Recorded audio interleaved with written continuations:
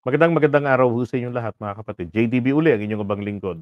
Ito ngayon pag-usapan natin, sabi ko nga diyan, malakas si Pacquiao, si ano ho, si pastor nila Apollo Kibuloy.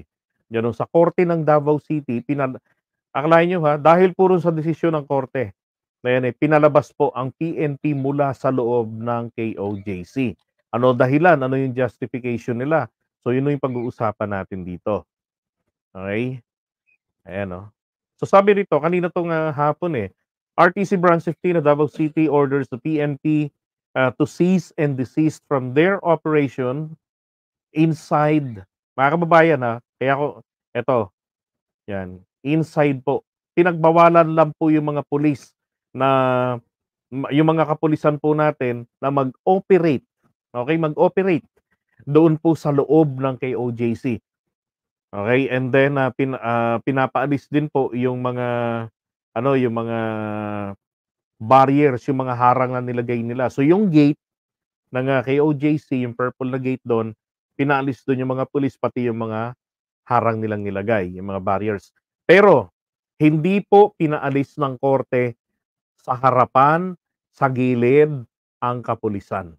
Okay, yun lang ang malinaw rito. Tapos binibigyan ng kapulisan natin ng judge ng, 15 within 15 days po to comment. Eh, putragis na yan, bakit 15 days? 'Di ba, bakit 15 days? So, ibig sabihin 'pag nag-comment PNP, tapos etong sila Torion, definitely pinagko-comment din 'yan. Eh, kung on the 15th day pa nila sinubmit, 'di ba? Oh, pang-delay pa tactic nila tapos, maitakas na.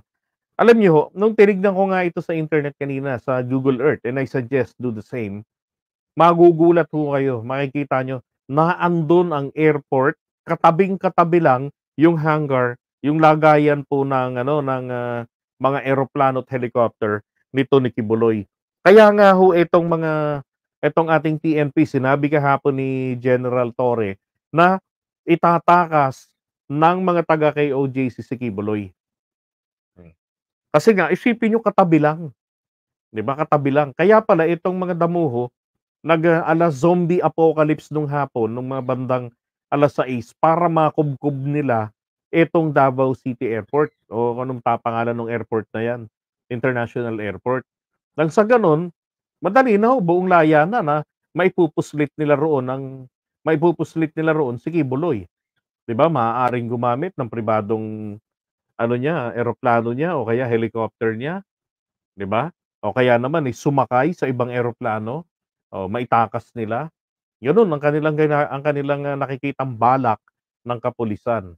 Eto naman pong judge, damuhong are, naku, sumang-ayon pa sa kanila. Hmm. Ngayon ang nakuha po nilang, writ is the writ of amparo.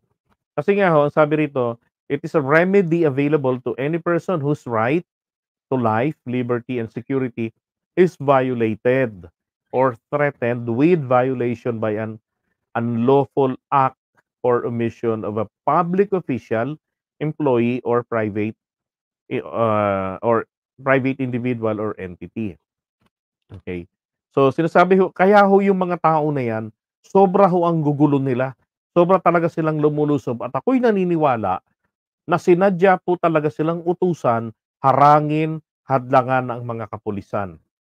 Nang sa gano'n, manganib po ang kanilang buhay. Tapos, mapilitan itong, tawag dito, itong kapulisan natin na sila po ay, arestuhin, 'di ba? So, para ho ma-justify nila itong nanganganib ang buhay nila at ang kanilang kalayaan, hmm, ang kanilang, seguridad kasi nandun yung pulis, gusto ng mga 'yan na may masaktan, may mamatay, mas maganda to justify na meron silang, na yung, kanilang, seguridad, nasasapanganib na dahil po sa presensya o kagagawan diyan ng mga arresting pulis, yang kay Kibuloy. Ngayon kumuha sila ng writ of amparo. Ako naman po ay naniniwala na kaya po ginawa ni General Torre na mag-request, I mean, tawag diyan, lusob diyan, mag-serve ng warrant during the during the long weekend, kasi nga po, sa lawak ng lugar na 'yan, 30 hectares, hindi kaya ang 30 minutes or 2 oras na paghahalughog, may nag-bunker pa, 'di ba? Oh, tapos paano kang makapag-scan ng maigi, sasabayan ka ng sound system ng mga demonyo, sasabayan ka ng ingay ng pito ng mga demonyo, 'di ba, sa paligid. Oh, para ho ma-distract yung equipment masira at 'pag tinaboy sila, sabihin nila karapatan nila na mag-record, 'di ba, mag-document. So, grabe yung okey lang sana kung ang ginawa nila diyan, eh, o sige eto yung, mag-a-arrest, eto yung maghahalughog, sabay-sabay maghalughog, and then meron lang mga bantay na certain number of, KOJC members. 'Di ba dapat gano'n lang, eh, pero hindi ho. Naniniwala ako talagang sinadyang utusan yang mga 'yan. Kaya nakakaawa rin yung naatake sa puso, 'di ba? Tignan mo, mahigit 5 minutes ng, hinimatay bago pa nadala doon sa first aid. Hindi sila marunong ng first aid, hindi nila malaman kung ano yung, mga palatandaan ng inatake. Basta tinanim sa utak nila, babariling kayo, may sniper diyan. Kaya nung hinimatay ang tanong, "Gipusil ka dong? Kuya gipusil ka, binaril ka ba?" Oh, 'di ba? So ngayon nakakuha sila nitong temporary protection. Ayan, oh, and Resolution 2824 dated July 1, 2024 RTC blah, blah, blah. Hmm, ito pa. Pero nakaano lang naman po rito talaga, pinapag-ano sila, comment sila within 15 days ng, judge. Oh. Ngayon, eto sabi rito ha, tignan natin etong, judge na 'to. Sino ba 'tong judge na 'to? Alam niyo ho, nung hinanap ko yung pangalan nitong judge, si Mario C. Duaves, eto ho yung nakita ko ngayon. Mismo sa report ng, PCO, yung Philippine News Agency, Supreme Court reprimands Davao judge for texting case participants. Aba, May 20, 2021. Bakit, 'di ba? Dito lang nakapagtataka ng integrity ni judge. Bakit tine-text mo yung mga participants? Hmm. Samantalang naalala ko etong si former attorney, now engineer, Toto Kausing, ito, natanggalan ng lisensya sa pagkaabogado dahil po naman na i-post niya yung, porsyon ng pleadings. Ito namang judge, yung magkalabang partido sa kaso na hinahawakan niya, tine-text niya. Bakit? Para saan? Ang sabi niya ron para i-link lang naman daw yung mga yun, tine-text niya, kalokohan. Sabi rito, the Supreme Court has warned a judge in Davao for texting parties in a pending case before his sala. Eh, oh, teka,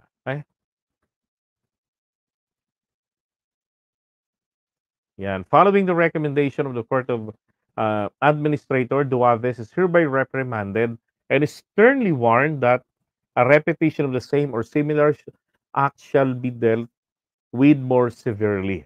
Yeah, the judge admitted he exchanged text messages with the parties who have pending property dispute cases. The Supreme Court has time and again underscored the need to show not only the fact of propriety but the appearance of propriety itself. Diba? The standard of morality and decency required is exacting so much so that a judge should avoid impropriety and the appearance of impropriety in all his activities. 'Di ba? Dapat naman kasi talaga, bakit mo kailangang i-text? Ano 'yun? Anong purpose?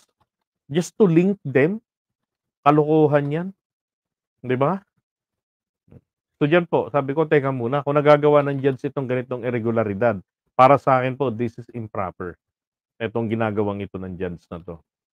So, etong, ginawa niya na pagpanig dito sa dito sa mga taga-KOJC, eh, alam niyo na ang ibig sabihin nun, napakalakas po talaga ni Apollo Kibuloy, 'di ba? Diyan ho sa sa Davao City. Pero alam niyo ho may remedyo pa naman diyan, eh. Ah, Pupuwede pa naman kasing questionin 'yan, petisyon na puwede pang ano 'yan, 'yang desisyon ng judge na 'yan. Siguro puwedeng pumunta diyaan, tawag dito, punta ng Supreme Court or Court of Appeals, 'yan para ma-question 'yan. Ang PNP for sure, 'di ba, meron silang gagawin diyan, oo. Ta's hindi lang nila sasagutin yung judge, bagkus ang gawin nila diyaan ay kumuha sila ng, remedy pang-counter mula po sa mas mataas na hukuman. Bakit kasi? Eh, conflict of interest kasi ito, eh, itong ginawa ng judge, 'di ba? Pero buti na nga lang ay hindi po niya pinalayas ng tuluyan etong, grupo ng mga kapulisan diyan, 'no, para buong laya na sanang maitakas si Kibuloy, 'di ba? Nahiya pa. Hmm. Alam niyo yung mga sinong mga taga-Amerika rito, 'di ba sa Amerika meron silang, sistema na kung mai-apply ito rito sa atin, naku, napakaganda ho, 'no. Yung merong, gagamitin na sniffing dog like yung mga Doberman, 'di ba? Tapos gamit ng backhoe, yung talagang sisirain talaga yung sahig, yung dingding, gano'n. Talagang, kung may nade-detect silang heartbeat sa ilalim ng lupa, eh, huhukayin talaga nila. Palagay ko ho dapat gano'n din ang gawin dito sa Pilipinas, 'di ba? Para hindi natatakasan ng dahil lamang sa pagtatago sa bunker. Dapat, butasin, gibain, 'di ba? Para maglitawan talaga. Because after all, bakit nga ba naman kasi kailangan merong tao doon sa ilalim ng lupa, 'di ba? Hmm. Pero ito, alam niyo ba si Senator Amy Marcos pinasusuko niya na si Kibuloy. Sabi niya, dun sa nabasa ko, mukhang mga magagaling naman daw yung abogado ni Kibuloy kaya kung pupuwede, eh pag-usapan na lang, 'yan pag-usapan ta's sumuko ng maayos.